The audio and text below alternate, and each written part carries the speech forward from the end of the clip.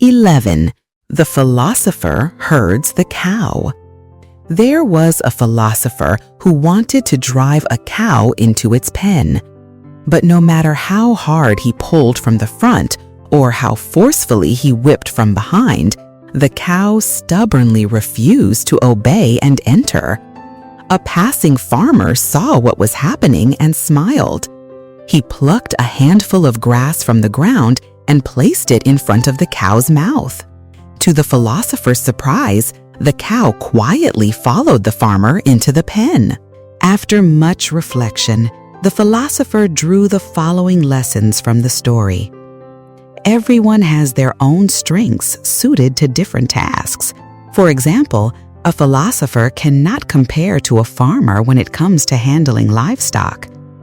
If you want someone to do something, forcing them won't work. No matter how hard you try, it just won't happen.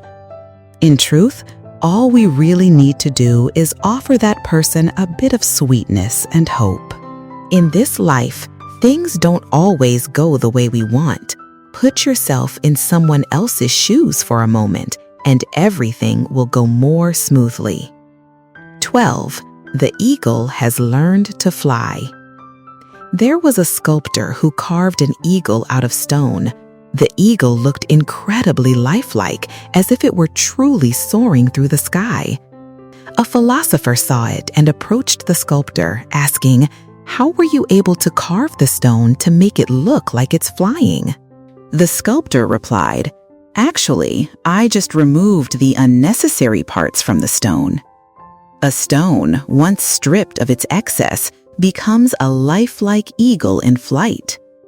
This reminded the philosopher of a simple truth. Even if a person is as dull as a rock, they can still rise, so long as they let go of what's holding them back. Simply put, the temptations of life are like the excess parts of a stone. When faced with temptation, if you want this and also want that, if you refuse to give this up and also refuse to give that up, in the end, you won't let go of anything at all. Life will become a heavy stone, and you will never become an eagle soaring through the sky. Therefore, if a person wants to rise high in life, all they need to do is let go of the excess within themselves. 13. The shepherd and the invisible rope. There was a shepherd walking forward, his steps steady from left to right. Behind him trailed a sheep, following closely. Although it wasn't tied with any rope, it stayed by the shepherd's side like a shadow, moving from left to right without straying a single step. The philosopher found this very strange and asked the shepherd, "You're not using a rope to lead the sheep, so why does it follow you so closely without straying?" The shepherd replied, "What ties the sheep isn't a rope, but the care and love you give them." The shepherd's answer made the philosopher reflect. To maintain human relationships, you can't rely on visible ropes to guard or restrain people. It must come from the care and nurturing of genuine love. 14. The farmer's gourd. Long ago, there was a farmer who grew a giant gourd. But instead of feeling happy, he found himself in a dilemma because he didn't know what to do with it. If he used it to store wine, he worried it might break. If he cut it in half to use as a water scoop, there was no jar big enough for it to scoop from. After witnessing this, the philosopher said, "People only know that a gourd can hold water, but they don't realize that besides holding water, a gourd can also be used as a boat on the water." Isn't that a good thing?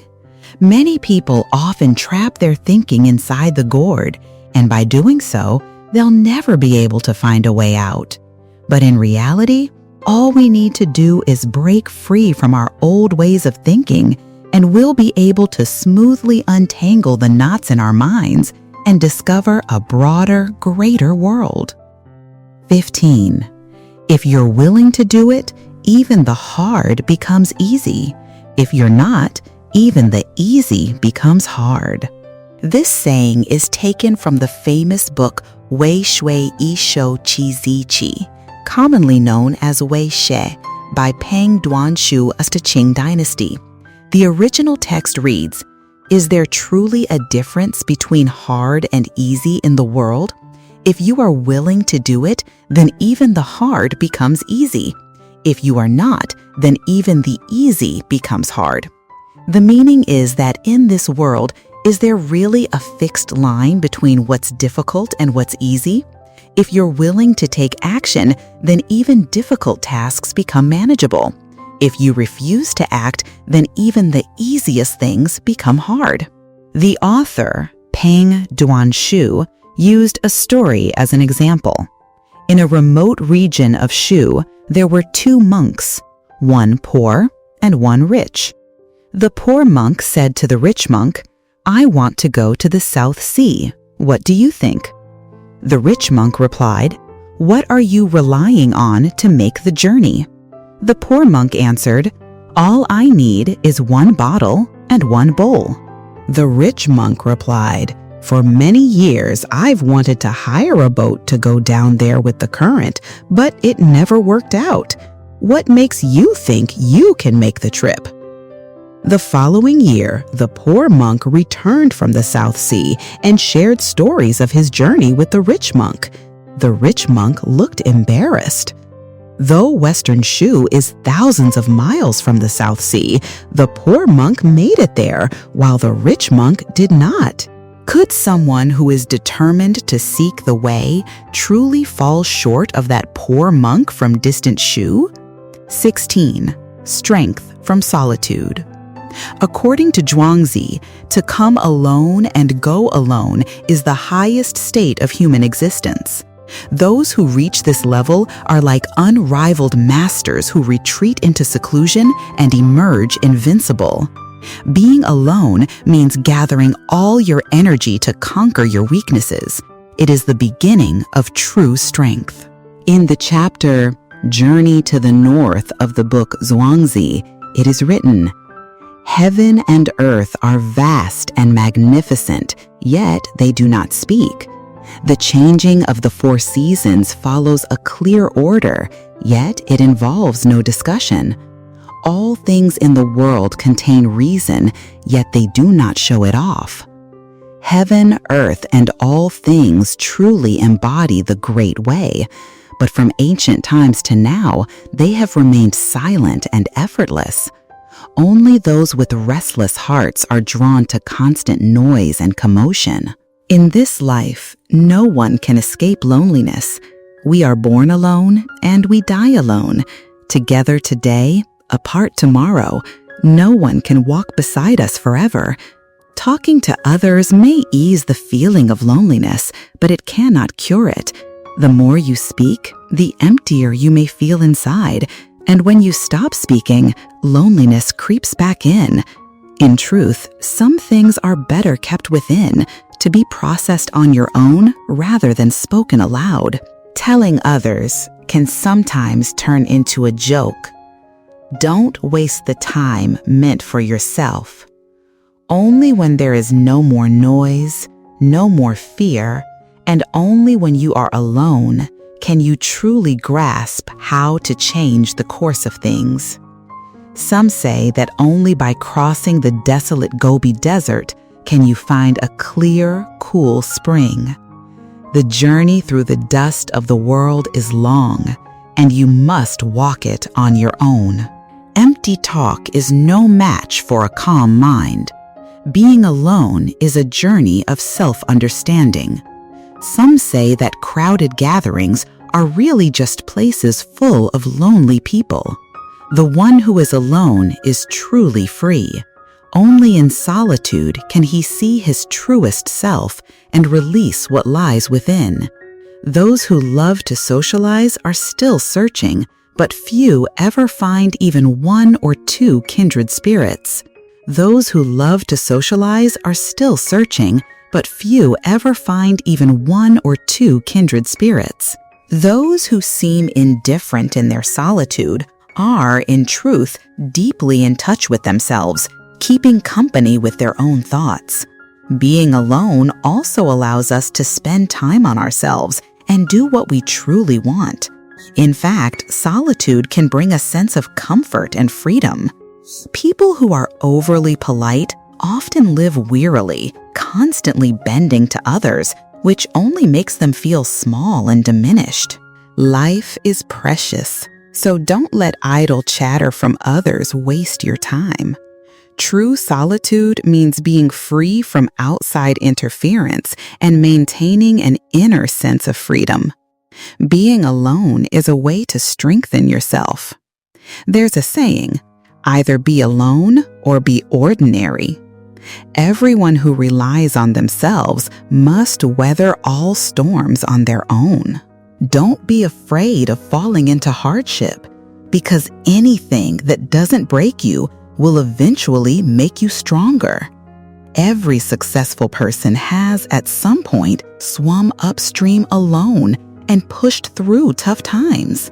Behind every shining moment are pain and tears.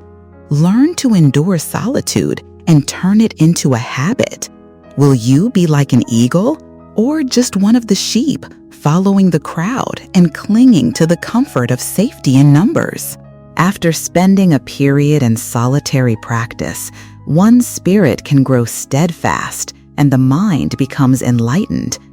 At that point, their way of working resembles the art of war, swift like the wind, steady like the forest, aggressive like fire, still like a mountain, unpredictable like the night, and thunderous like a storm. Those who walk their path alone are always formidable. Such a person will rarely face failure for the rest of their life. Being alone is the best way to strengthen yourself. Since ancient times, sages have preferred solitude, and those who are truly strong tend to walk alone. Solitude gives us the time to observe ourselves, step away from the noise and rush of society, and return to a place of peace. Being alone makes you resilient, not reliant on the strength of others, and unaffected by the judgment of those around you. So cherish your time alone, live true to yourself, and achieve your own growth within the limits of time. 17. Understanding through heart and mind. Long ago, there were two mountains, one facing north and the other facing south. At the same time, each mountain had a temple. To tell them apart, people of that era often referred to them as the North Temple and the South Temple. Every morning, a young monk from each temple would go down to the market at the foot of the mountain to buy vegetables. These two young monks, full of youthful pride, had not yet refined their hearts through discipline and still carried many worldly attachments. Neither one accepted being outdone by the other, and whenever they met at the market, they would often challenge each other, sometimes in secret, sometimes openly. One day, the young monk from the South Temple asked, "Where are you going?" The young monk from the North Temple replied, "Wherever my feet take me, that's where I'll go."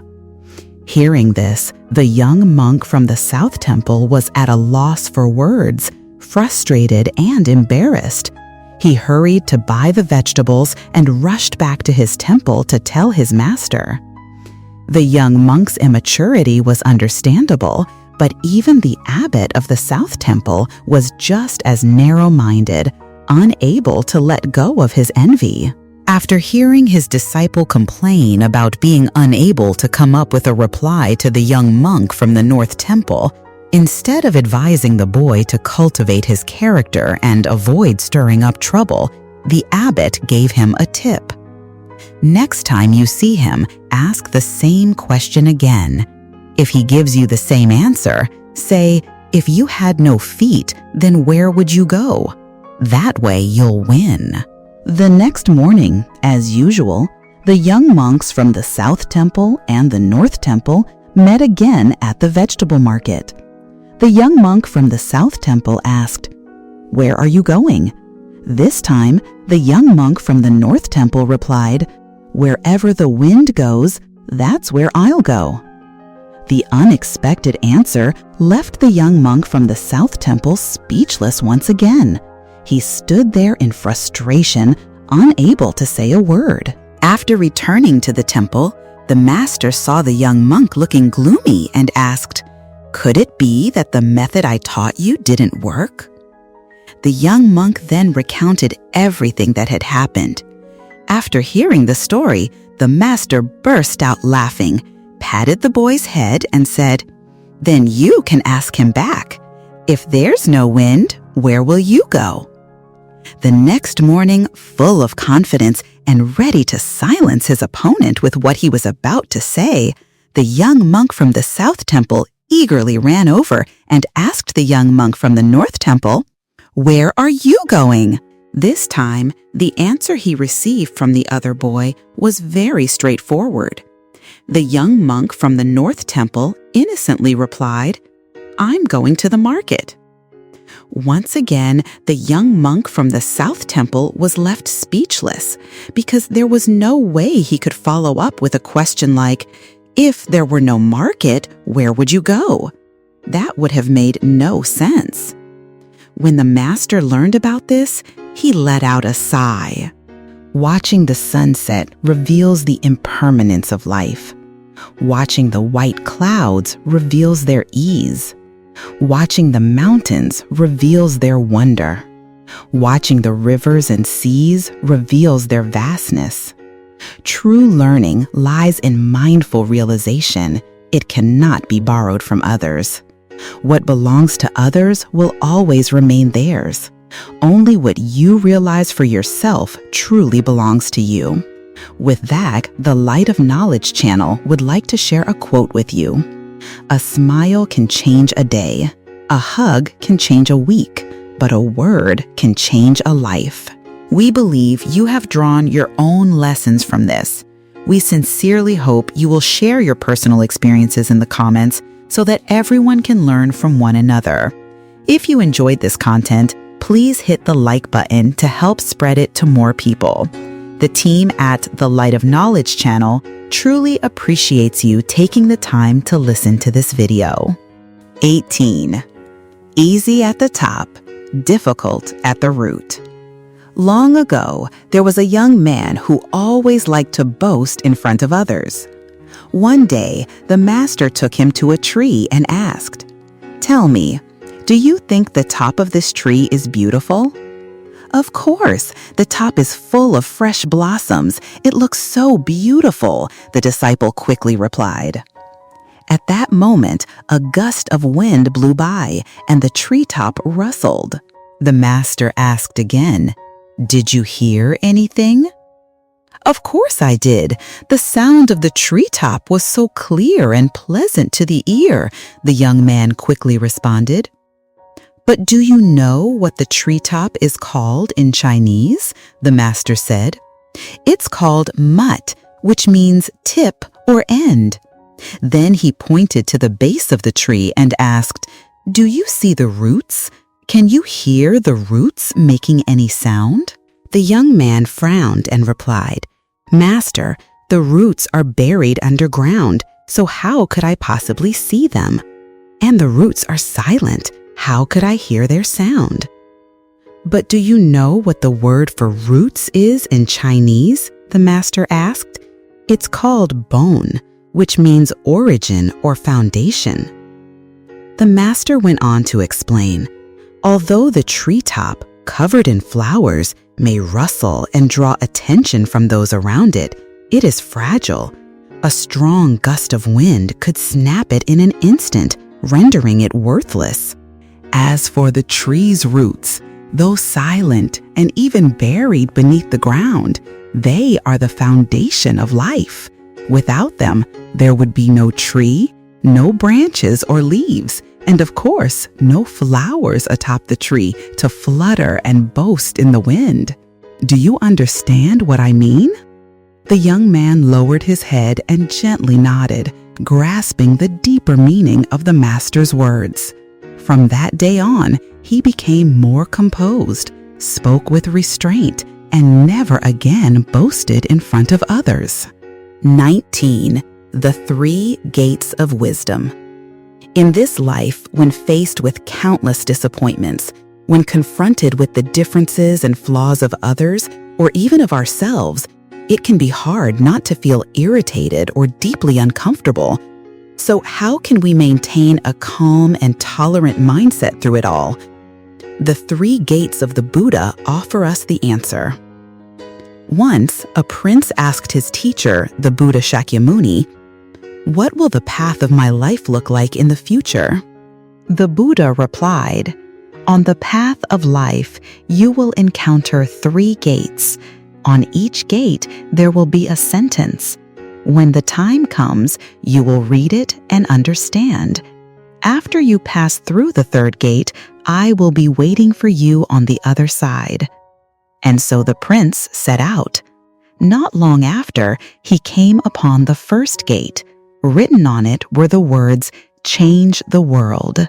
The prince thought, "I must follow my ideals to change this world, to transform everything that displeases me."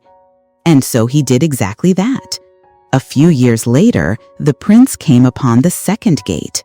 Written on it were the words, "Change others." The prince thought, "I need to use noble ideas to guide people so their character becomes more and more upright." And so he did exactly that. A few years later, he came upon the 3rd gate. Written on it were the words, "Change yourself." The prince thought, "I must refine my own character and strive for perfection." And so he did just that. Later, the prince met the Buddha Shakyamuni. He said to the Buddha, "I have passed through the 3 gates on my path in life and have read the messages written on each one. I have come to understand that changing the world is not as important as changing the people in it, and changing others is not as powerful as changing myself." The Buddha smiled and said, "Perhaps now you should go back. Go back and take a closer look at those 3 gates." The prince followed the Buddha's words and began his return. From afar, he saw the 3rd gate again, but it no longer looked the same as when he first passed through. He saw that what was written on the gate was, "Accept yourself." Only then did the prince truly understand why, even as he was working to change himself, he had always felt self-blame and distress. It was because he had refused to acknowledge and accept his own flaws, always focusing on what he could not do, and in doing so, he had forgotten about his own strengths. So he began to learn how to love himself, to accept who he was. The prince continued on his way back. He saw that on the 2nd gate, it now read, "Accept others." At that moment, he finally understood why he had always been filled with frustration and irritation. It was because he refused to accept the differences between himself and others, unwilling to understand or empathize with their flaws. So he began to learn how to be tolerant of others. The prince continued on his way back. He saw that on the 1st gate, it now read, "Accept the world." At that moment, the prince finally understood why he had failed repeatedly when trying to change the world. It was because he refused to accept the reality that there are many things in this world that simply do not go the way we want. He always wanted to force others, to control others, while neglecting the need to improve himself. So he began to learn how to embrace the world with a generous heart. At that moment, the Buddha Shakyamuni was waiting there. He said to the prince, "I believe now you understand what harmony and serenity truly are." The story of the three doors teaches us that in this world, a person must recognize both their strengths and weaknesses, and more importantly, must continually strive to better themselves in order to become noble and compassionate. We need to have an open and generous heart when dealing with others, to put ourselves in their shoes and be understanding. Wherever we go, we should form good connections rather than hold grudges or create conflict. Only then can we truly live in harmony with others and become someone who genuinely contributes to society. 20. Zhang Ziya, 3 key points in life. There is a saying, if one does not know Jiang Taigong, then reading all the history books is in vain. In fact, Zhang Ziya was a real historical figure.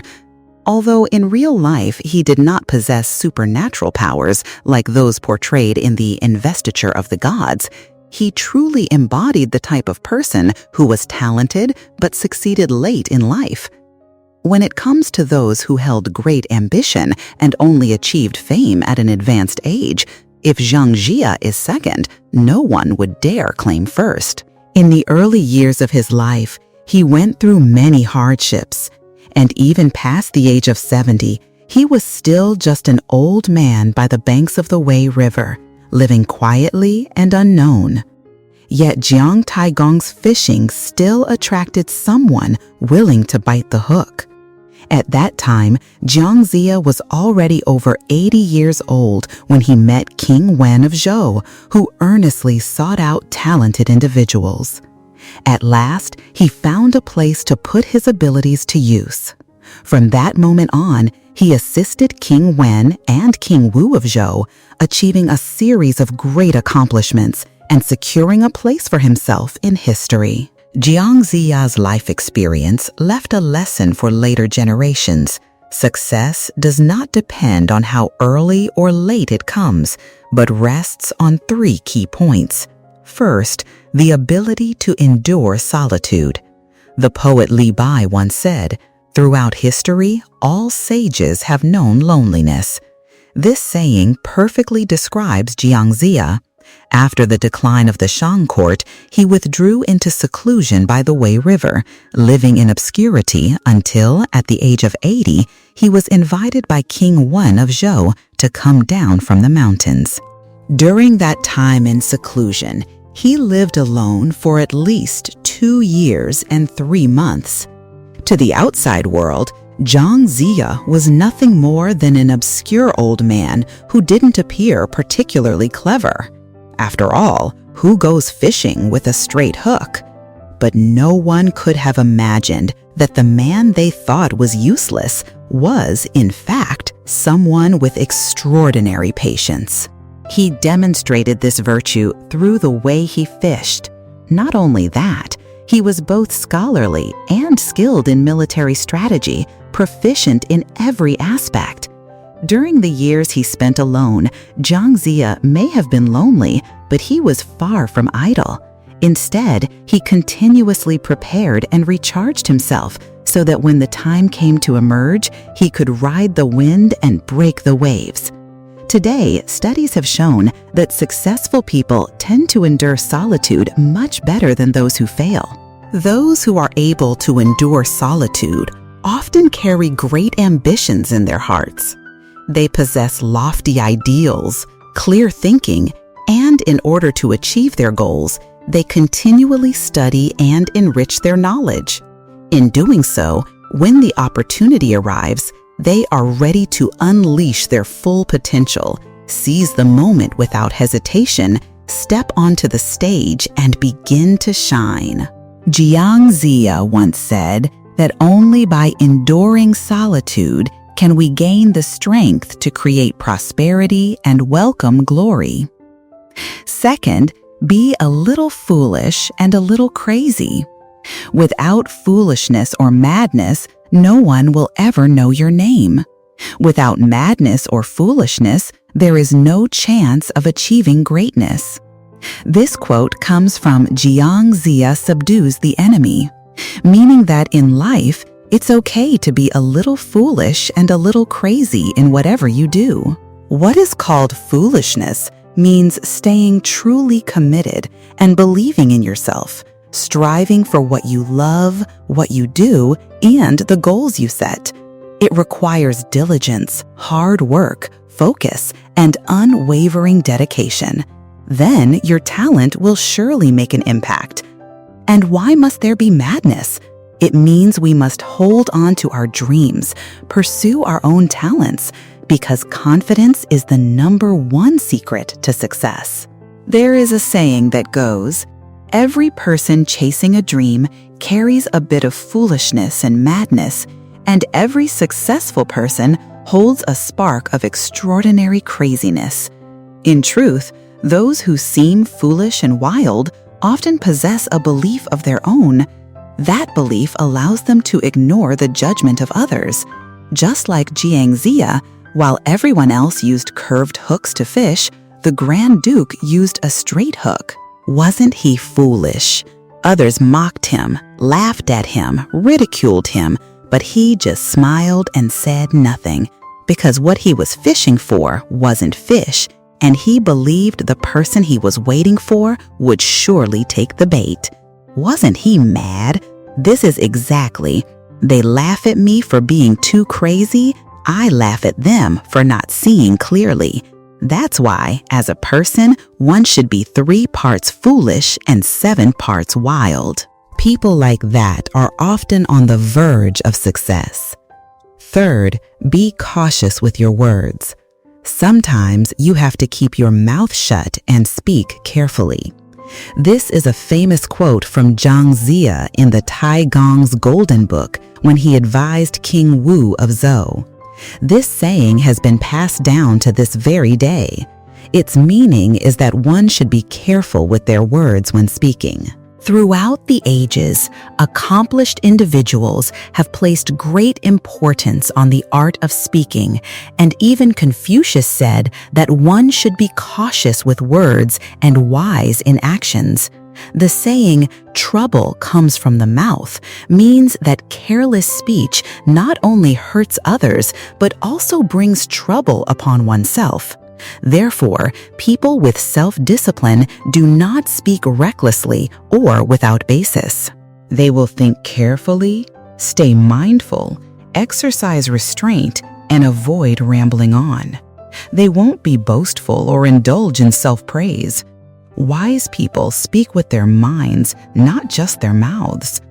Before any conversation, you should think through what to say, what not to say, when to say it, and how to say it. You know every word you speak has the power to either build you up or tear you down.